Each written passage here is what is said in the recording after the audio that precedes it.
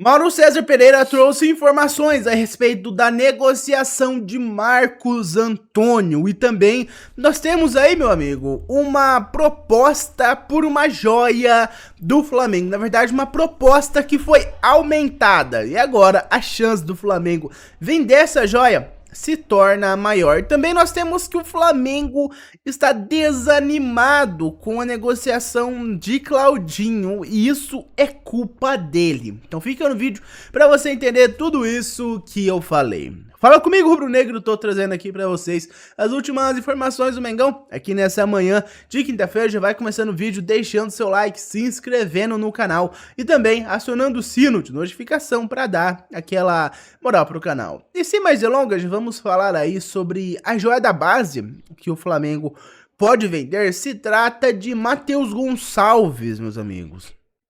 E é sobre o Red Bull Bragantino. Vocês se lembram aí que recentemente o Bragantino fez uma proposta aí pelo Matheus Gonçalves, o Flamengo não aceitou. Enfim, a informação aqui do GE que diz o seguinte: a primeira proposta do clube Red Bull foi 5 milhões de euros por 70% do Matheus Gonçalves. Mas o Flamengo, ó, prontamente rejeitou, falou: vocês estão malucos, mas por isso mais fácil dele de graça pra vocês. O Mengão já rejeitou ela faz pouco menos de um mês, mas o Bragantino continua insistindo.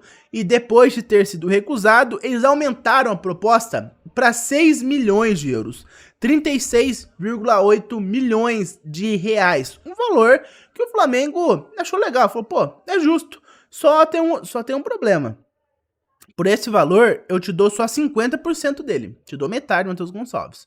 6 milhões de euros é justo, eu aceito de vender, mas abaixa aí. Não vou te dar 70%. Vai ser apenas 50% dos direitos do jogador. O resto fica comigo.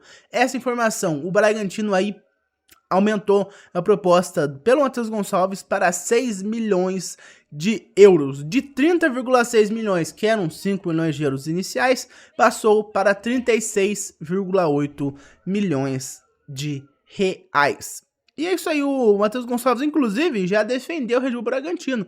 Ele já foi emprestado ao Bragantino por um ano, o Bragantino não quis comprar ele quando acabou o empréstimo e agora o problema deles, eles não quiseram aquela hora, agora que o garoto tá mais valorizado, tá jogando melhor, vem entrando aí nos jogos do profissional, agora o problema é de vocês, ó, se viram aí, cara, agora vocês vão ter que pagar o que eu pedi, não quiseram comprar ele quando foi emprestado, agora quebrem a cara. E agora, mudando de assunto e falando aí do Marcos Antônio, na verdade, fique aí com o próprio Mauro César falando, ele falou aí na S1 Live, durante um programa da S1 Live. Fiquem aí com a informação. Eu fui atrás da informação para entender o que aconteceu. O que eu apurei foi o seguinte: o Flamengo ofereceu cerca de 300 mil euros pelo empréstimo, e aí tinha um passe fixado, o valor de multa rescisória, melhor dizendo, fixado em 3 milhões de euros. A Lazio não queria e tal, acabou que a Lazio já estava propensa a aceitar e teria uma cláusula de obrigação de compra do jogador ao final do empréstimo. Se ele atingisse, aí é um número que ele dificilmente atingiria, 60% dos jogos como titular. Que foi, na verdade, sim, um acordo que o Flamengo queria se proteger dessa obrigatoriedade de compra. Botou uma meta alta, que eu acho que é obrigação do dirigente. O Marcos Antônio tem 2 temporadas que ele jogou pouco. Ele não está na Lazio, foi emprestado, jogou poucas partidas. É um jogador muito jovem, que evidentemente pode ser útil para o São Paulo, né? Mas não é um jogador que está em alta. Você está contratando um jogador que está numa situação até meio em baixa, precisando de uma oportunidade para se recuperar. Ele não seria titular no Flamengo, a priori, seria um cara para compor o elenco. E aí o São Paulo, quando perdeu agora o Alisson, tinha perdido o Pablo Maia, agora o Alisson com uma contusão gravíssima, né? Uma fratura. O São Paulo foi lá e ofereceu, pelo que eu soube, uma condição melhor, uma meta menor para a compra definitiva. E o jogador vai ter muito mais chance de jogar no São Paulo do que jogaria no Flamengo, né? Lá ele vai ser titular. Provavelmente será titular, embora não seja exatamente, pelo que eu andei vendo, o jogador da função do Alisson, né? Parece um cara para jogar um pouquinho mais à frente, mas enfim, não sei como é que vai se adaptar, como é que o Zubeldia vai resolver isso. E aí o Flamengo saiu da jogada. Saiu da jogada? Não, o São Paulo foi lá e fechou com ele. A minha opinião sobre isso é muito clara. Eu acho que o Flamengo não tem que ficar entrando no leilão. A não ser que seja uma coisa muito, muito, muito especial. Um jogador muito valioso, tiro certeiro, como se estivesse disputando o De La Cruz com outro clube. Aí eu acho que vale o esforço. Agora, um jogador que é uma tentativa... Que o Marcos Antônio seria o quê? Mas, se jogar bem no São Paulo, você, pô, um cara que está do mercado aí, meio perdido, ninguém lembrava dele, de repente chega aqui e joga bem. Mas não é um tiro certeiro. Não dá para ter certeza de que vai ser um jogador que vai fazer tanta diferença, né? E o Claudinho é um erro, né? Insistir no Claudinho, porque o Zenit não quer vender, não precisa de vender, só fica desgastando o clube. Os caras vão atrás de mais gente, pelo que eu sei. A janela ainda vai até agosto, ainda tem muito tempo.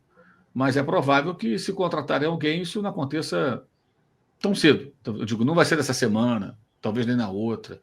É possível que só contratem um cara depois que se encerrem as inscrições da Libertadores, só possa entrar numa outra fase, você passar pelo Bolívar. Tudo isso pode acontecer. Eles vão usar a janela, o tempo da janela. Então, aí está, galera, uma informação muito bacana, né, que não havia sido amplamente divulgada na mídia, na verdade ainda não foi amplamente divulgada na mídia, né, que é o fato do São Paulo ter baixado as metas e facilitado uma possível compra, uma possível obrigação de compra do Marcos Antônio nesse empréstimo aí. O Flamengo jogou lá pra cima, porque não queria ter obrigação de compra do Marcos Antônio, mas o São Paulo aceitou diminuir, né, o São Paulo fez, cara, igual... Quem fez agora? Caramba, o jogador...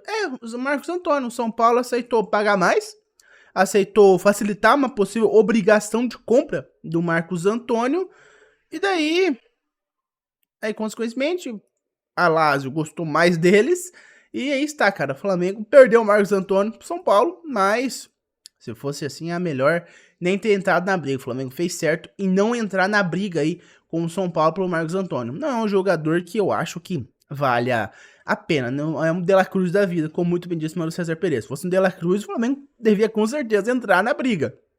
Mas é um jogador que estava sumido aí, não joga na Lazio, estava sendo emprestado aí, então, justo. Vai lá, tomara que consiga conquistar seu lugar no São Paulo, quem sabe voltar ao Brasil, Marcos Antônio, né? Conseguir retomar a sua carreira. E agora, mudando de assunto e falando do último assunto, na verdade, que é o Claudinho, galera. E é o seguinte, uma informação do jornalista Diogo Dantas, que é o seguinte, o Flamengo tá bravo com o Claudinho, cara.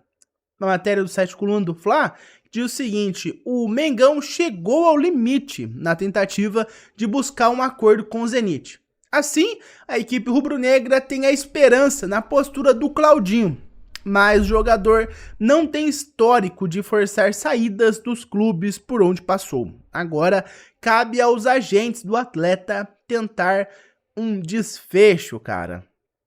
Então, aí está. Agora, cara, tá na mão do Claudinho.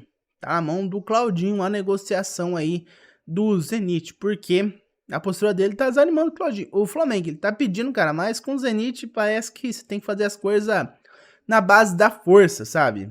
Na base da força, ó. O Flamengo continua buscando a contratação do Claudinho. No entanto, a postura do meia brasileiro para buscar a liberação do clube russo desanimou o Mengão, visto que o atleta não tem características de tentar um enfrentamento com a equipe de São Petersburgo. Então a tendência aí é que o Claudinho não faça nenhum movimento brusco para tentar forçar a sua saída, sabe? Eles vão ficar apenas pedindo.